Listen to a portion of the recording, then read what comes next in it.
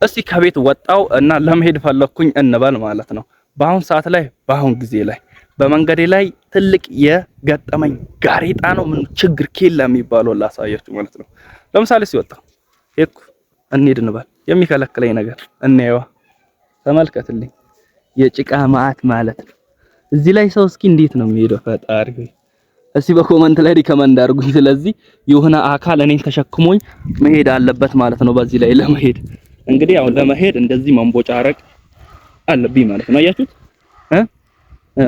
አያችሁት ምን ያህል እንደወሰደኝ። ስለዚህ በኢየሱስ ስም ገባ እዚህ ጋር ጭቃ ጂሰስ ማለት ነው። አያችሁት አይመድ አያችሁት አይን ጭቃውን ትንሽ ወደዛ አካባቢ ምናምን ይሻላል። ወደዚህ አሁን ሱቅ መሄድ አይቻልም ማለት ነው። በክረምት ላይ እንግዲህ እዚህ ጋር ያለው ጭቃ በጣም ከባድ ነው።